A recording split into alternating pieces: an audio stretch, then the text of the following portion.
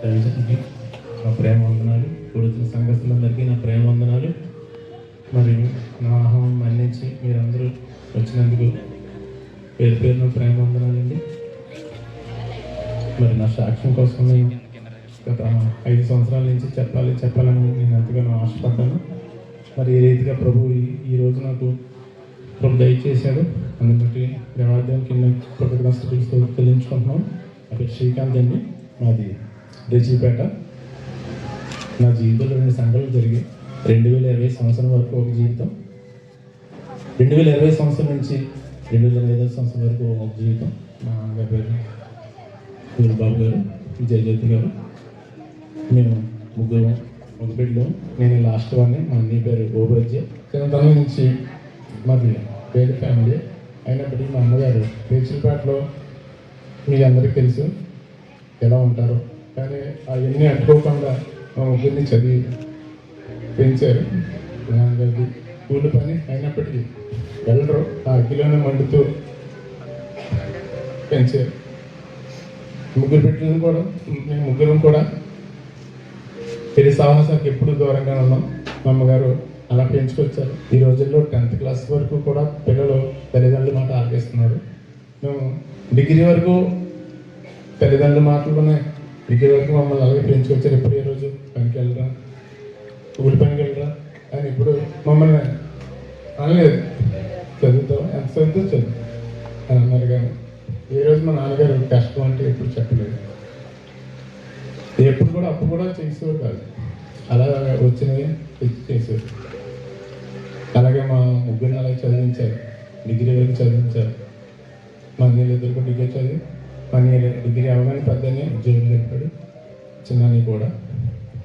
నేను కూడా డిగ్రీ వరకు చదివి, డిగ్రీ కాదు నేను ఎంసీఏ చేయాలి, పీజీ చేయాలి, డిగ్రీ వరకు ఏం రాదు అని అంటే నేను కూడా అలాగే డిగ్రీ వరకు చేశాను. డిగ్రీ వరకు నాకు ఏ అలవాటు లేదండి. డిగ్రీ ఫైనల్ ఇయర్లో ఫ్రెండ్స్ తోటి మామూలుగా కాలక్షేపంగా మనం మందుది తాగం. అలా ఫ్రెండ్స్ అలవాటు చేస్తే నేను కూడా ఎంజాయ్మెంట్లో నేను తిరిగేవాడిని, చేసేవాడిని. కానీ ఎప్పుడు ఉద్యోగం చేసుకోవాలని అని ఉండేది నాకు. అయితే సరే అని చెప్పి నేను మళ్ళీ పీజీ కూడా చేశాను. మా అమ్మగారు కూడా డిగ్రీ కూడా పీజీ కూడా చేయించారు. అయితే డిగ్రీ వరకు కాలక్షేపంగా తిరిగి తాగుతూ, అంటే అంత ఎక్కువేం కాదు, మామూలుగా తాగుతూ తిరుగుతూ ఫ్రెండ్స్తో ఉండేవాడిని. పీజీ అయిపోయాక ఉద్యోగం కోసం నేను అనేక సార్లు మామూలుగా చదువుకునేవాడిని, చేసుకునేవాడిని. ఏ ఉద్యోగం వచ్చేది కాదు, ట్రై చేసేవాళ్ళని. గవర్నమెంట్ జాబ్లు ప్రాక్టీస్ అయ్యి అన్నీ చేశాను, గవర్నమెంట్ జాబ్స్ రాలేదు. అలాగా కొంతకాలానికి నేను ఏదో చెయ్యాలి అని చెప్పి రాజకీయం వైపు నేను వెళ్ళిపోయాను. నేను లవ్ మ్యారేజ్ చేసుకున్నప్పుడు కూడా నేను తల్లిదండ్రులు కూడా ఏం అనలేదు. అలా నా జీవితంలో రాజకీయం తిరుగుతూ, సెటిల్మెంట్లు చేస్తూ, పెద్దలతో, నాకన్నా వయసు పెద్దలతో తిరుగుతూ, నాతో ఫ్రెండ్స్తో కాకుండా పెద్దలతో తిరిగి స్నేహం చేస్తూ, రాజకీయ వ్యక్తులతో వాళ్ళతో తిరుగుతూ, ఆలే లోకమంటూ ఉద్యోగం కోసం నేను తిరిగేవాడిని. కానీ దేవుడిని పెట్టుకొని తిరిగేవాడిని కాదు. దేవుడు అంటే నేను చిన్నతనం నుంచి మా అమ్మగారు వాయిస్ చేసి మినిస్టర్సే, మ్యారేజ్ పార్టీ వెళ్ళేవాళ్ళు సండే స్కూల్కి. కానీ యేసుప్రభు వారు మన కోసం చనిపోయారనేసి నాకు 2020 సంవత్సరం వరకు తెలియదు. అంత దౌర్భాగ్యమైన జీవితంలో నేను జీవించాను. చర్చికి వెళ్ళేవాడిని, కానీ ఎందుకు వెళ్ళేవాడిని నాకే తెలియదు. అందరి దేవుళ్ళు ఈయన ఒక దేవుడు అంటున్నాను, కానీ ఈరోజు యేసుప్రభు వారు మన కోసం చనిపోయారు, మన పాప ఊబి నుంచి మనం రక్షిస్తారు అని ఎప్పుడు నేను ఆలోచించలేదు. ఎంత చదువుకున్నాను, ఎంత చేశాను, నాకు నేనుగా ఎప్పుడు ప్రార్థన చేసుకునేవాడిని కాదు. మా అమ్మగారు చర్చికి వెళ్ళేవారు, కానీ నేను యేసుప్రభు అంటే ఈయన నా కోసం చనిపోయారా, నాకు ప్రార్థన రాదు, బైబిల్ చదవడం రాదు అని ఉండేది కాదు. నా స్వతహాగా నేను జీవించాలి, నేను ఉద్యోగం చేసుకోవాలి, నా కాలు మీద నిలబడాలి అని అనుకునేవాడు. అయితే ఈ యొక్క ఎంసీఏ అయిన తర్వాత ఖాళీగా ఉండడం వల్ల నేను రాజకీయవేత్తలతో తాగుతూ తిరుగుతూ పొద్దున్న 10 గంటలకు వెళ్ళిపోయి డబ్బులు వచ్చాయి, ఏదో సెటిల్మెంట్ చేసుకోవడం, ఎంత కొంత రావడం. నేను తిరిగిన పోలీస్ స్టేషన్లు లేవు, నేను తిరిగిన ఊరు లేదు. అలా తిరిగివాడిని. పొద్దున్న వెళ్ళిపోయి 10 గంటలకి తెల్ల చొట్ట వేసుకొని చక్కగా నీట్గా తయారైపోయి వాళ్ళతో తిరగడం, 11 గంటలకి వచ్చేయడం అలాగే ఉండేది. అలాగా ఇదే జీవితంలాగా ఉండేది. కొంత డబ్బులు లేనప్పుడు ఆర్ఎస్ అని ఇదే చదివిందేమో పీజీ ఎంసీఏ చేశాను, కానీ తిరిగిన వాళ్ళతోటేమో ఇల్లు తిరిగేవాడిని. నేను తిరిగినట్టు మా అమ్మగారికి తెలియదు, భార్యకి తెలియదు. అలా తిరిగేవాడిని. వచ్చేవాడిని, తాగేసి పడుకునేవాడిని. వచ్చే డబ్బులు చూసింది ప్రియాంక, నీ డబ్బులు ఎక్కడివి, నువ్వేం చేస్తున్నావు, ఇలాగ ఎందుకు తిరుగుతున్నావు అనేసి నన్ను అనేది. అయితే నాకు నేనుగా నేను ఎప్పుడు అయ్యో నేను ఎంత చదివాను, నేను ఎలటర్తో తిరుగుతున్నా అనిపించేది. కానీ నాకు విడుదల వచ్చేది కాదు. నేను మానేదో అనిపించేది. నేను మానేయాలి, ఏదైనా నోటిఫికేషన్ పడిందని గవర్నమెంట్ జాబ్ రాసి ఎస్ఐ పోస్ట్ కోసం చాలా కష్టపడ్డాను. 2012లో కిరణ్ కుమార్ రెడ్డి గారు చాలా పోస్టులు తీశారు. అయితే అలా ఉన్నా నేను ఇంట్లో ఇంతవరకు చదివించమని నేనేం చదివించా, నేనే హైదరాబాద్ వెళ్ళడానికి డబ్బులు అడగాల్సి ఈ 2012 నోటిఫికేషన్ ఎస్ఐకి కానిస్టేబుల్ పడితే ఏదో పోస్ట్ ఏదో జాబ్ కొట్టాలి అని చెప్పి చాలా ప్రయత్నించాను. ఎస్ఐకి అయితే ఈ రన్నింగ్ వరకు ఈవెంట్ వరకు బాగా ప్రయత్నించాను. కానీ ఈ ఎగ్జామ్లో నెగిటివ్ మార్కులు పెట్టడం వల్ల నాకు ఫస్ట్ టైం కాబట్టి అటెంప్ట్ నేను చేయలేకపోయాను. అది రాలేదు. అది దాని తర్వాత ఈ పంచాయతీ సెక్రటరీలన్నీ చదివాను కానీ రాలేదు. ఎందుకు రావట్లేదు నాకు అర్థమైంది కాదు. నేను ఎప్పుడు దేవుణ్ణి ప్రభా మామూలుగా ప్రార్థన చేసుకున్నాను, కానీ యేసునామాలు ప్రార్థన చేయాలి అనేది కూడా నాకు తెలిసింది కాదు. మా అమ్మగారు చర్చికి వెళ్ళేవారు, ఎంత చేసేవారు, కానీ నాకు తెలిసింది. నేను ఎప్పుడు దేవుడి కోసం ప్రస్తావించి ఎప్పుడు మా కుటుంబంలో ఎప్పుడు నేను మాట్లాడుకునేవాను కాదు. ఇలాగే లోకంలో తిరుగుతూ ఈ రాజకీయంలో తిరుగుతూ మా రాజకీయంలో ఒక మాట ఉంటుంది, పెట్టను కొట్టు పొయ్యిలో పెట్టు అనేసి మేము అలా సరదాగా ఉండి ఏదో రావడం, సెటిల్మెంట్ చేసుకోవడం, ఆ డబ్బులతోటి ఎంజాయ్ చేయడం, వస్తే ఇంట్లో చేసుకోవడం అలా ఉండేది. ఈ 2012 నుంచి ఈ 2020 దాదాపు 8 సంవత్సరాలు నా జీవితం అంతా ఇలాంటి రియల్ ఎస్టేట్లో, ఇలాంటి సెటిల్మెంట్లు, రాజకీయవేత్తలతో తిరిగి నా జీవితాన్ని చాలా వృధా చేసుకున్నాను. నాకు అయితే 31st నైట్ మటుకు అయితే వాయిస్ ఆఫ్ జస్ట్ చర్చికి వెళ్ళి ప్రభు బయట నుంచి నేను అనుకున్నాను, దేవుడు ఉన్నాడా, అసలు దేవుడు ఉన్నాడా, నా జీవితాన్ని బాగా చేస్తాడా, నాకు ఉద్యోగం లేదు, ఎంత చదివాను, నాకు ఏ ఉద్యోగం రావట్లేదు అని చాలాసార్లు బాధపడేవాడు.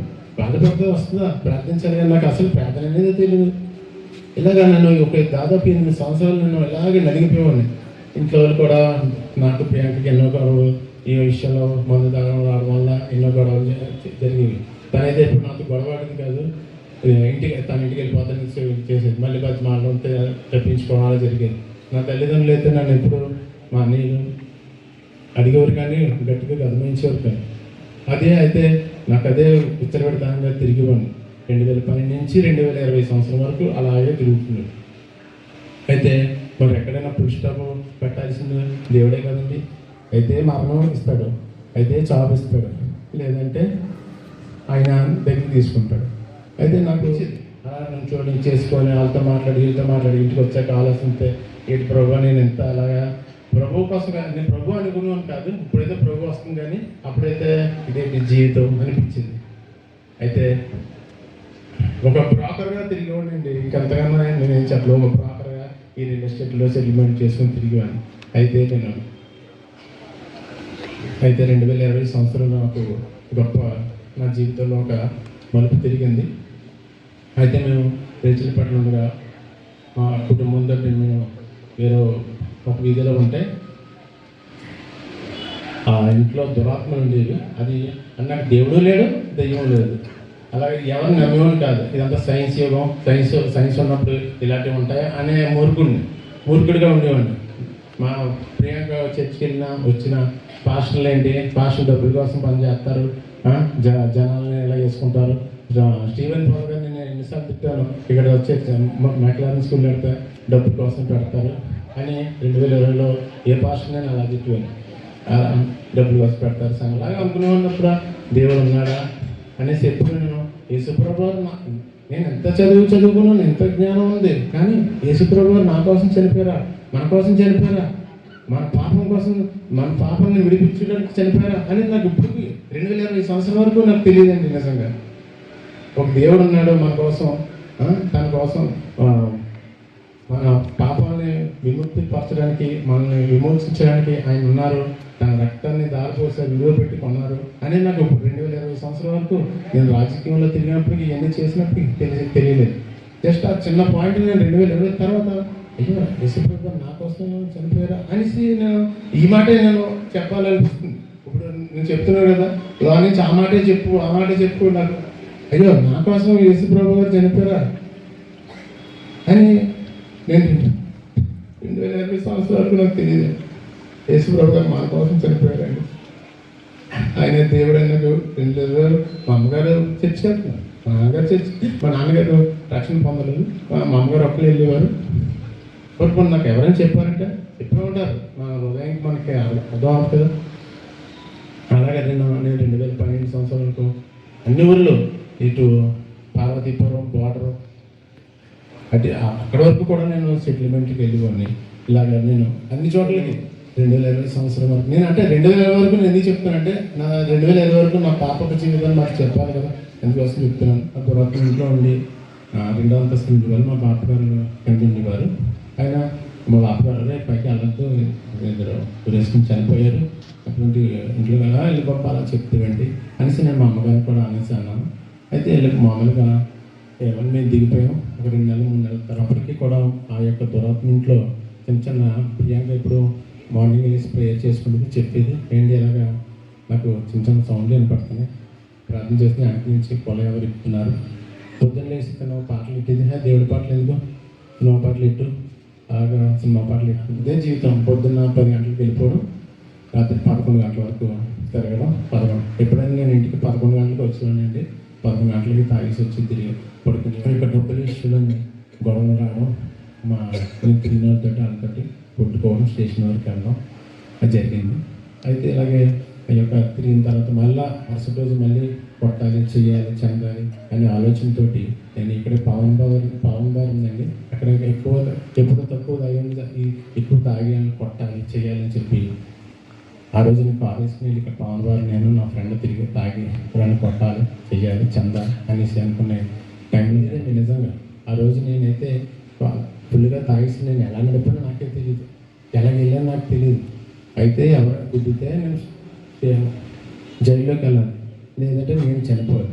అటువంటి దాదాపు చాలా ఎక్కువ తాగింది, నాకు తెలియకుండా ఒక అనుకోండి 3 క్వార్టర్లు 6 బీర్ల వరకు తాగేసి ఎప్పుడూ అంతగా తాగను. అక్కడ కూడా గోడ చేస్తాను, అక్కడ కూడా అద్దాలు పడబెడుస్తాను, ఎవరు నన్ను ఏమనలేదు. ఎందుకు వచ్చి ఆ బకెట్తో నా నీళ్ళతోటేమో పైన వేసేసుకున్నాను, మొత్తం తడిసిపోయాను. కారు తీసుకొని విడిగా ఈ రేచిలపాటి మా ఇంటికి వెళ్ళాలనేసి వెళ్ళిపోయాను. మా ఫ్రెండ్ ఏమో నా పక్కన్నాడు, ఆడు వెళ్ళిపోతున్నాడు.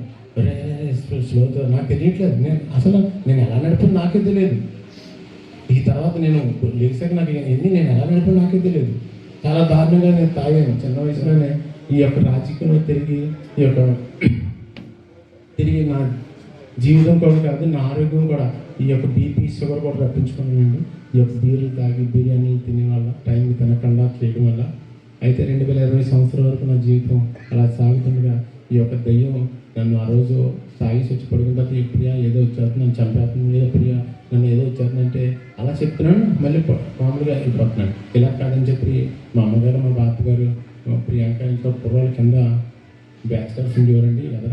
ఆయన పిలిచి ఒక దాదాపు 6 నన్ను మోసుకొని ఆటోలో పెట్టి ఇలా కాదు చర్చికి తీసుకెళ్ళిపోదాం, పెద్దమ్మగారితో ప్రార్థన చేద్దాం, చిన్నగారితో. అప్పుడు లెంట్ డేస్ ఉంది, అప్పుడు ఏప్రిల్ నెల అంటే లెంట్ డేస్ మాట మంచి, అప్పుడు ఎండలు స్టార్ట్ అవుతున్నాయి. ఇవన్నీ అంటే ఇయర్తో నేను జ్ఞాపకం చేస్తున్నాను. ఎందుకంటే అప్పుడు అంత 20వ తరగతి నాకు అమూల్యమైన జీవితం నా దేవుడు ఇచ్చాడు. అందుకోసం నేను ఒకసారి చెప్తున్నాను. చర్చికి నన్ను తీసుకెళ్ళిపోయారు మోసుకొని ఒక 6 నన్ను మొయ్యలేకపోయారంటే అంత బరువు అయిపోయిన 6 అంటే దాదాపు శవంతో లెక్క.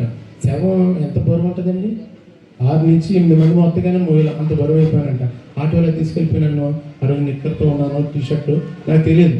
అయితే దైవజనులు కూడా వచ్చింది. అప్పుడు లెంట్ డేస్, పెద్దమ్మ గారు, చెన్నయ్య గారు మన రమణీపేట చర్చి రావడానికి బయలుదేరుతున్నారు. నేను అప్పటికి ఇంకా నాకు దేవుడు అంటే తెలియదు. నేను మామూలుగా ఉన్నాను, నేను తాగిలేను, మామూలుగా ఆటోలో కూర్చున్నాను. అయితే ఒకసారి నాకు గుర్తు వస్తుంది, వెంటనే నేను ఏదో స్పృహ పోయినట్టు అలా ఉంటున్నాను. దీని తర్వాత ఆటోలో దిగట్లేదంట. దిగకుండా నేను మళ్ళీ బాత్రూంలో ప్యారెస్ పార్క్ చర్చి కింద బాత్రూమ్ అందులో దూరిపోయి చాలాసేపు ఉండిపోయాను. ఉండిపోయిన తర్వాత రెండు పైకి వెళ్ళి ప్రార్థన చేసుకున్నా. నాకెత్తు నేను ప్రార్థన చేసుకుని మళ్ళీ ఆయన నాకెక్కిస్తానంట. మళ్ళీ నన్ను మళ్ళీ పైకి తీసుకెళ్ళిన తర్వాత ఎవరైనా మరి అప్పటికి మరి పెద్దమ్మ గారికి చెన్నయ్య గారికి మరి ఈ మరి అంతగా తాగాను, ఎవరికైనా స్మెల్ వస్తుంది. కానీ బాబు తాగున్నాడమ్మా వద్దు అని చెప్పి పంపించాడు.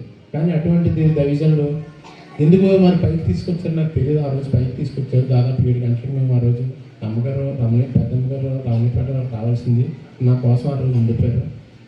అప్పుడు దాదాపు 7 గంటల నుంచి 11 గంటల వరకు నాతో చాలా పెద్ద పోరాటం చేశారు చెన్నయ్య గారు, పెద్దమ్మ గారు, సంఘస్థులు. అప్పుడు లెంటడేస్ కదండి, చర్చిలో అందరూ ఉన్నారన్నమాట. ఉంటే ఈ యొక్క దురాత్మలు నాపై ప్రభావం చూపించి చాలాసేపు నాకు విడుదల రాలేదండి. 7 గంటల నుంచి దాదాపు 7:30 గంటలకి నాకు తెలియదు. కానీ ప్రియాంక చెప్పింది 7 గంటల నుంచి దాదాపు 10:30 11 వరకు చాలామంది నా పేరెంట్స్పేటలో సంఘస్థులు అందరూ ఏసు రక్తం నుంచి వినబడింది. అది చెన్నయ్య గారు నూనె తాగించుకుంటూ కనబడింది. కానీ మళ్ళీ నేను మర్చిపోయాను. నేను ఎక్కడైనా నాకు అర్థమైంది కదా, జగాలనిపించింది, నేను అందు నుంచి బయటికి రావాలనిపించింది. కానీ రావడానికి అవట్లేదు, అవి కాదు. మరి అందరూ ఏ శాతం చెప్పారు కానీ కనబడేవాడిని, చూసేవాడిని. నాకు ఏమో అర్థమవుతుంది కాదు, అలా ఉండిపోయాను. పోనీ తాగిసి పడుకుండిపోయాను అంటే నిద్ర పడుకోలేదు, కనబడుతుంది. మళ్ళీ ఇలా ఉండిపోయాను. 11 గంటలకు నాతో పోరాటం అండి. ఎంత పోరాటం అంటే చాలా చెప్పలేని విషయం. నేను ఆల్మోస్ట్ మా అమ్మగారు అయితే షుగర్ ఉంది, బీపీ చచ్చిపోతాడేమో, ఎక్కువ అయిపోయిందేమో అందుకో అలా అనుకునేవారు. నేను నువ్వెవరు నీ పేరేంటి అనేసి చెన్నయ్య గారు అడిగేవారు. నువ్వెవరు అనేసి అడిగేవారంట. నాకు తెలిసింది కాదు. అయితే ఒక ముస్లిం అమ్మాయి పేరు ఎవరి పేరు చెప్పానంట, ఫాతిమా అని చెప్పానంట. అద్దమ్మ గారు చెన్నయ్య ఎంతగా నా కోసం మరి ఎంతగా నా జీవితాన్ని ఎలాగా ప్రభు ద్వారా ఆ రోజు 11 గంటల వరకు ఉంటే ఇంకా 11 గంటల తర్వాత నాకు విడుదల వచ్చిందండి. ఆ యొక్క సంఘటన జరిగిన తర్వాత ఇలా కిందకు వస్తున్నాను, మెట్లు దిగి మనం పైకి కిందకి వస్తుంటే చెన్నయ్య గారు పైకి వస్తున్నారు. పైకి పలకరించడానికి వస్తున్నారు. అయితే నాకు ఇప్పటికీ ఆ సంఘటనను చెన్నయ్య గారిని ఎప్పుడు చూసినా ఆ యొక్క ఇమేజ్ నాకు ఎప్పుడూ కనిపిస్తూ ఉంటుంది. బాబు కానీ చెప్పండి ఎలా ఉందో, ఇంట్లో బాగుందా బాబు? నీతో రాత్రి దురాత్మలు 2 దురాత్మలు ఎంతో ప్రభావం చూపించింది బాబు. 2 దురాత్మలు ఎంతోనో నన్ను అంతగానే నిన్ను శోధించాయి. నిన్ను మరణం అడుగుంచులోకి తీసుకెళ్ళిపోవాలనుకున్నాను. నీ హృదయం ఇప్పుడు ఖాళీగా అయిపోయింది. నీ హృదయాన్ని ఇప్పుడు దేవుడికి ఇస్తే నీ హృదయంలో దేవుడు ఉంటాడు. అదే మళ్ళీ నువ్వు పాత జీవితంలోకి అయితే ఆ 2 దయ్యాలు కాకుండా ఇంకా 10 దయ్యాలు నీ హృదయంలోకి తీసుకొస్తాయి. నీ హృదయంలోకి ఇంకా నువ్వు పాతాల వరకు నేను తీసుకెళ్ళిపోతాయి అని సన్నానండి. ఏంటి చెన్నయ్య గారు ఎలా అన్నారేంటి, అన్నీ ఎలాగ చెప్తాండే అనేసి నేను తోసుకొచ్చేసి కాలేజీకి వెళ్ళి బీపీ టెస్ట్, షుగర్ టెస్ట్ చేయించుకొని వచ్చేసానండి. వచ్చేసిన తర్వాత ప్రియాంక వాళ్ళు మరి ఆ చర్చిలో ఉండి ఇంటికి వెళ్ళిన తర్వాత నేను ఇంట్లో ఉన్నాను, మా అమ్మగారి దగ్గరికి వెళ్ళిపోతాను అనేసి తను అలాగే వెళ్ళిపోయింది.